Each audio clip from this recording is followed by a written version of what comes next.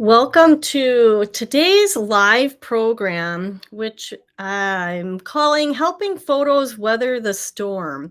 So I'm going to give it just a few seconds to let some people join.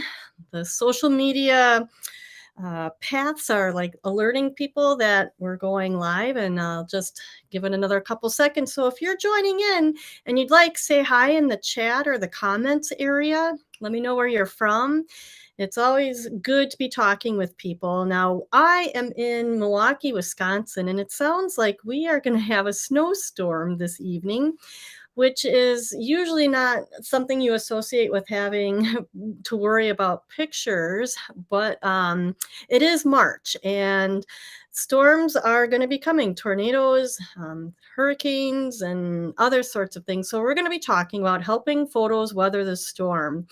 And just give it another couple of seconds here and let you know that this is a topic that's near and dear to my heart. When people lose their photos in natural disasters, it's like a double whammy because often homes, are affected. But then when people realize their memories might be lost as well, it's just it can be heartbreaking. So let's go ahead and get started in thinking about this topic. Today, I'm bringing it up because one of our course members, Robin, sent me a link to a video that was on ABC World News tonight. So I am going to play that, just like a minute of it for you. Let's watch here. Saving the family photos, America Strong.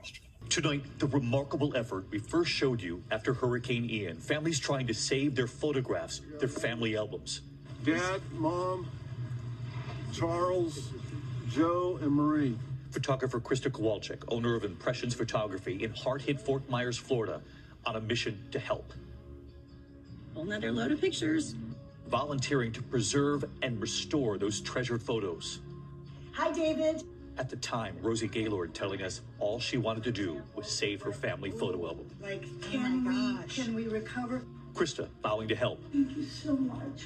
And Can you imagine experiencing a storm like that we saw in the video there? It's unbelievable what can happen when storms hit and other types of disasters. So today we're going to talk about how to help pictures weather the storm. Okay. And I have a little bit of an introduction here. First of all, I'm Mollie Bartelt. I own Pixologie, and we're really committed to helping people save their pictures everywhere, just so that you are prepared and you don't have to figure out what to do with pictures that have been damaged in a storm or disaster. So I feel like you are probably here watching this video, one, because you want to learn about, what you can do with pictures when they become water soaked or damaged, or two, you are here because you might actually have photos that are in need of recovery. So if you're here because you have water damaged pictures, please skip ahead to the recover section of the video and the resources at the end. At Pixologie, we have definitely worked with photos that have been in fires and floods, and we have experience with it. And I'm going to be sharing our observations of working with pictures that have been through that. But there are organizations and people who have gone much deeper, and they work with pictures, on a weekly, monthly basis, where we have a project, every couple of years. So that being said, I just want to tell you, working with pictures so that we can prevent needing to recover them after a storm is just so important. So I just put this little paragraph up here, two of them. Photos are not just pictures, and film isn't just video. These are moments in time that can be never replaced. Whether they're physical pictures or digital, your photos are precious treasures that need to be protected from the elements, disasters, and time itself. So if that can help motivate you, seeing what can happen to pictures when disaster hits, then I'm all for, showing you the reality of it. In saving photos, there are three kind of main steps to doing this, okay? The first is to prepare. This is, being proactive, and I'm going to talk about the benefits of this, but you have to be prepared before a storm or disaster hits, because when that happens, you might not have enough time to gather your photos and protect them. And preparing ahead of time is the number one thing you can do to ensure your photos are safe and secure. So, ideally, you want to have your photo collection scanned, all right? And I like to have them be organized first so that your digital photo collection, the scanned pictures, aren't a digital mess of your physical mess. And then creating digital backups and making sure it's all backed up on a digital, on an external hard drive is important. But it's also important to have copies of your digital pictures up in a cloud service. And many of you will know that we recommend Forever. This ensures that your photos are safe even if your computer is damaged or your external hard drive is lost when disaster hits. There are some benefits to being proactive. I probably am singing to the choir, but when we are proactive in getting our pictures organized and scanned, we're really ensuring that those memories are passed on to future generations. There's also a financial component. Recovering water damaged photos can be costly, okay? And recovering materials from external hard drives that have been damaged can be extremely costly. Okay. There's also an emotional value of being proactive. I mean, many people that I talk to really dread the idea of taking the time that's needed to sort photos and get them organized. One gal told me that she needed to take a Prozac before coming in to see us here. So it's a stressful thing to know your pictures aren't taken care of. If you get them organized and scanned, the relief that you will feel is profound. Okay.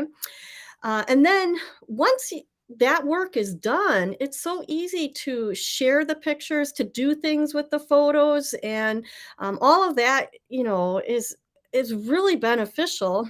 Besides the fact that when a storm hits, you don't have to worry about gathering the family photo collection. If you need help with a plan to organize your photos once and for all, I've got a link down in the description on our masterclass. It's free, and we share our roadmap for getting it done. Okay. If that is not going to happen in the near future, and you realize that disaster is coming, like a storm, hurricane, or extremely severe weather in the Midwest, like we've experienced, then you're going to want to think about protecting. So, this is step two, protecting your pictures, when you know that something, potentially devastating can happen to your home. So keep your photos in a safe place away from windows and doors, and prevent them from being exposed to water or high winds. I have a picture here of bins of photos on a shelving unit that is raised up off the floor. The bins on the bottom hopefully are waterproof, and you definitely want to double check that. And then you want to mark which bins are the most important. Okay, so in this case, this actually is shelving from my house, and that middle bin with the red label on it is my mom's collection, and I mean, those are irreplaceable. So if I had to get out quick, I guess I would grab that one. But have a plan so that you know. Do you use bins like this that have covers? The one on the top left side looks like that's kind of like an accordion folding top. That might be not be as waterproof as the other ones, but get your pictures to a safe location, out of the basement, off the floor, never in the garage. Now, sometimes I have seen people suggest that you can put your pictures in your dishwasher. And I haven't personally tried that. I know there's concern that the pictures, will it stay sealed in the dishwasher? So, that might be a last ditch call that you could, make a decision on if you wanted. Then, you can also protect your photos by bagging them in large, strong plastic bags, sealed shut with duct tape. Right on it, photos do not discard and your contact information. This picture here is not a good example of protecting your photos. These plastic baggies aren't able to be closed, so water, of course, would get in, and the pictures most likely would fall out if there was, some catastrophic damage going on, like a tornado or, a major flood. If you must evacuate, take your most important physical photos with you and keep them in a waterproof bag or container. So these baggies up at the top, those are heavy duty, waterproof, and they're, tightly sealed. And then we have the bin below. Then the storm or the fire or some disaster hits, and you have to kind of figure things out. And for any of you who have experienced this, my heart goes out to you, and I hope that everybody is safe, because that's the first thing, is that everybody is safe. After that, it's figuring, getting things cleaned up, and pictures are important, but there are other things that have to be done when there is a disaster like that. So, in the recover stage, this is recover, the step 3, you want to be sure that you get your pictures into, one location, in a stack or a pile. We want to gather them all up because you probably have other things you have to work on first. Gather them together and know that even if they're wet and soaked, some might be able to be recovered with proper treatment. So take the necessary steps to prevent further damage and increase the chances of successful restoration. Now, if you cannot work on getting those photos dried right away, then you want to get them in your freezer or a freezer. So that's why you want to gather them all up together. All right. You can use wax paper to separate the photos, place them in freezer bags, seal them good, and store in the freezer indefinitely. And then you can bring them out when you have the time and the tools to work with them properly. Okay, so the freezer is your friend in this instance. Now, if you are going to work on them right away by drying them, you are going to want to use gloves if mold or dirty water is present. I would definitely recommend that you take pictures of the album pages before you start doing anything. So you'll have the loose pictures and envelopes, and then you'll have your albums of photos. Take pictures of each of the pages, because the water seeping in can be so extensive. You can see in this photo, I'm turning the plastic sheet over, and the chemicals from the picture, the emulsion, are coming up with the plastic. So, oh, and you don't see it here. If I were to show you the next picture in this, underneath there is just the white remnant of the photos. There is no picture left on the photo. So take photos of the album pages before starting. And this is another example. This is a very damaged album. These pictures are all that we have of the photos in most of the cases. When the pictures were pulled out of the sleeves, the the ink, the chemical residue smeared, and the pictures were gone. So, you gotta be aware of that. You will, oh, so I guess I switched this slide up. So here's that back side of the emulsion being lifted up off the pictures. You can see there is no, picture left there. It's just ink smears. Okay. If you can move forward with removing photos from the albums gently, that's going to be your next step. If they're stuck and may not survive being removed, cut them out of the album pages. You can just cut them right out. Then you can dry the photos by hanging them with craft clothespins or placing them on newspaper print on a table. Let them dry for 3 to 4 days. You can check in on them and avoid exposure to direct sunlight, which will cause them to warp or curl.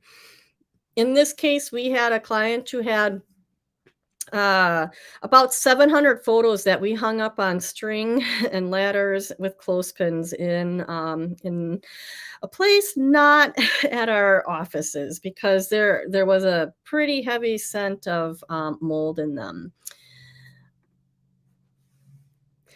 In this example, we have photos that were in a bin that had been previously water damaged, and then they dried in the bin stuck together. The top portraits there they're not going to be able to be recovered, but the ones underneath it are stuck. So if you have photos that are stuck together, there is a possibility you can separate them. You can get just a container of water. I think I used distilled water here, and I soaked the pictures. You can soak pictures, and sometimes they will separate nicely. So in this case, I think I had a stack of about 10 that were all stuck. So I soaked them and then I gently, lifted one off of the other. If they got to be really stuck, I let them soak again. And this is for a few hours, that we let pictures soak. And that might be something that can help you recover a picture that is important. When the photos are dry, you're gonna stack them in batches gently. They're gonna be fragile, somewhat stiff. And then you wanna scan them in a well-ventilated area. Wear a mask and use gloves if mold is present. Okay. And then, once the photos are scanned, you could use a program like Photoshop to restore the scanned image. I don't know about you, but Photoshop's a little bit of an advanced program, so it's a little tricky to kind of learn how to do it, but that's one option. You can also take them to a professional photo restoration service. We have restored quite a few pictures here. Photo restoration can be a photo saver, not a lifesaver. So in this example, you can see the water damage on this poster-sized portrait happened from the bottom. And if we were to look at it closer, you'd see there's warping kind of across right above her gloved hand and in her mouth area. This one, we have a really good chance of restoring. The facial features are intact and the rest of the background is easily worked with. And the bottom section could potentially be cropped out. So you kind of have to evaluate each picture and if cropping will help or if you really need restoration. Here at Pixologie, when we restore a photo, we have 3 levels of photo restoration. The first level is just real simple cropping and color correction, fixing of the tears that are not in an important area, eliminating one drop of liquid or water on a photo. That is pretty simple fix. Often pictures though need more help and they have severe color problems, including yellowing or reddish hue correction. They have smears of water. It's a little more significant. In this case, I'm going to try to make this be a little bigger.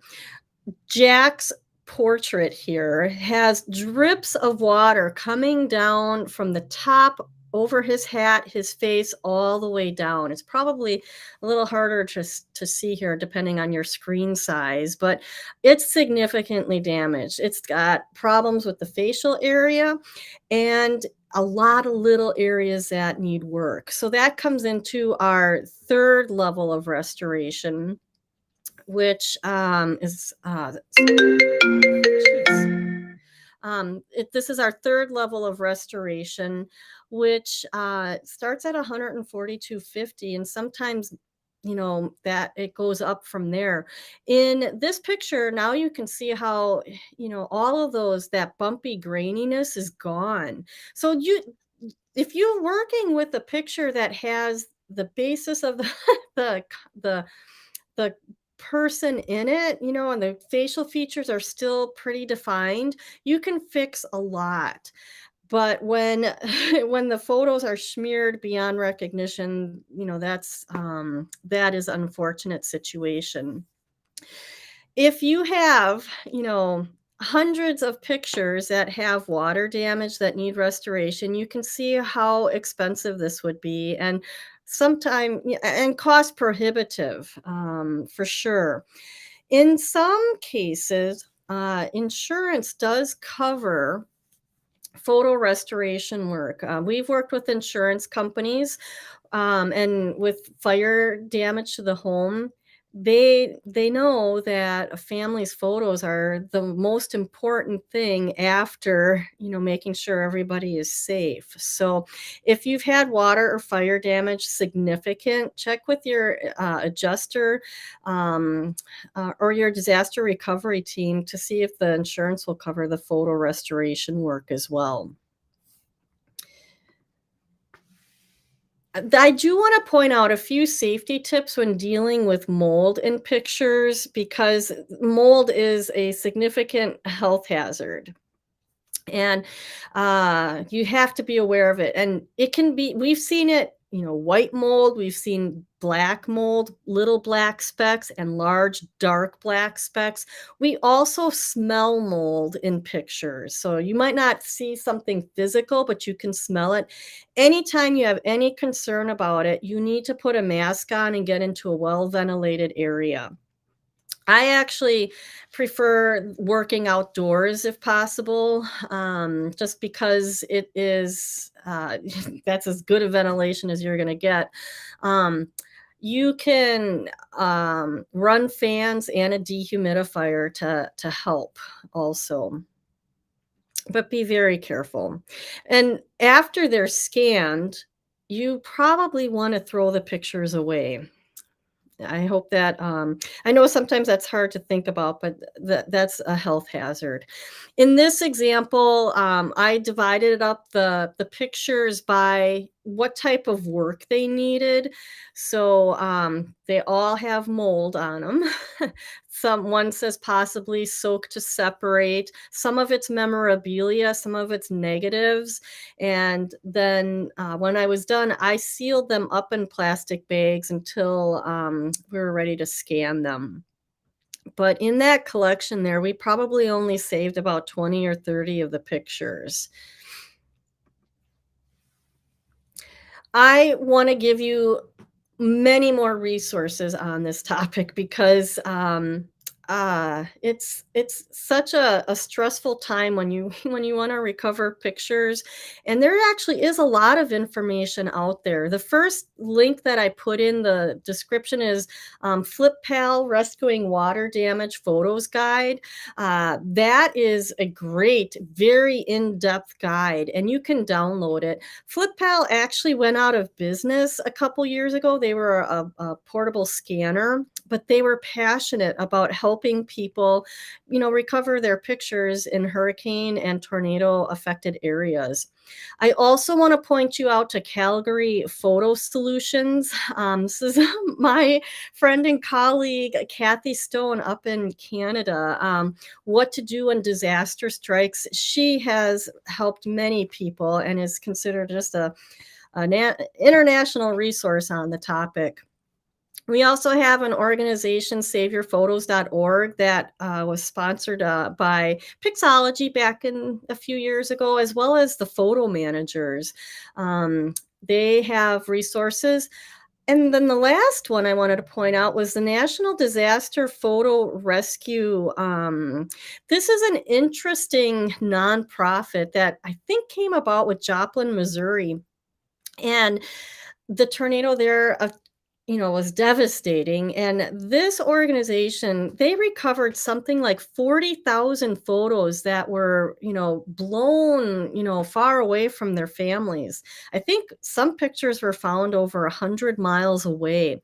They found those photos, they scanned them, they cleaned them, scanned them, and then they looked to find the owners. There's just really some amazing stories of pictures being recovered and returned to families. So it's just something a passion. It's just wonderful. When I heard these stories, and Kathy Stone was one of them, it's just really moving, to know that after a disaster, you figure things out for life and home, and then you have to recover your memories. So anyway, it's an interesting website that you can check out as well. Now, I wanted to just share a little bit more of the video from ABC News World Tonight that was aired a week ago. This is a fantastic story. So this story was, shared months and months ago. And one of the viewers is a teacher, I think, from Connecticut. And she and her students helped these families get memories restored. Here we go. 1,300 miles away in Woodbridge, Connecticut, Amity High School art teacher Miss Lisa Toto was watching. Hi, David. Miss Toto telling us she wanted to help. I look forward to the America Strong bit that you do at the end. And then Krista popped up and I kind of jumped up and said, my kids can do that. So Krista started sending those damaged photos to Miss Toto and her photography students. Hi, David. Tonight, that class proud to show us their work. The mother and daughter. The wedding day. Junior Abby Fatal. We were all just so happy to be involved with it and helping other people. Sophomore Tamsin Ditchick. These are their memories, and it makes me feel really good. Junior Giovanni Aldi on why they did this. A sense of hope in getting back on their feet after the devastating events in Florida. And tonight, 7 months after Hurricane Ian. Hi, David. Krista going back to Rosie, who wanted to save that album. We're at Rosie's house. I have lots of pictures for her. Those photos now restored by the students. Oh, come on. Look at this. The 40-year-old photo, Rosie's newborn son at the time, Alan, being held by Rosie's late mother. So this, I can't even begin to tell you how fabulous. It's unbelievable to hear those young kids, talk about helping families recover their memories. I'm just really moved by that. So anyway, my whole point of doing this live program today is to just help people think, so that you can be proactive with your pictures. And if something does happen, there's a lot of resources out there. So I am happy to open up, our program today for any questions that you might have on the topic. I know there's few people here watching now, and if you're catching it later, you can always add a question. And just know that your pictures and your memories are so valuable. Bob Dylan is saying, take care of all your memories, for you cannot relive them. And that's what we're passionate about here at Pixologie. So I'm not seeing any questions. I don't have Corinne here helping me today, but I think I can manage here for a moment, and that's okay. If you have other thoughts or ideas that you want to share, it might help someone else who is dealing with pictures that have been damaged in a storm or in some other way. I really appreciate you joining today, and definitely, if this has been helpful, give the video a thumbs up, and we will see you the next time. Bye-bye.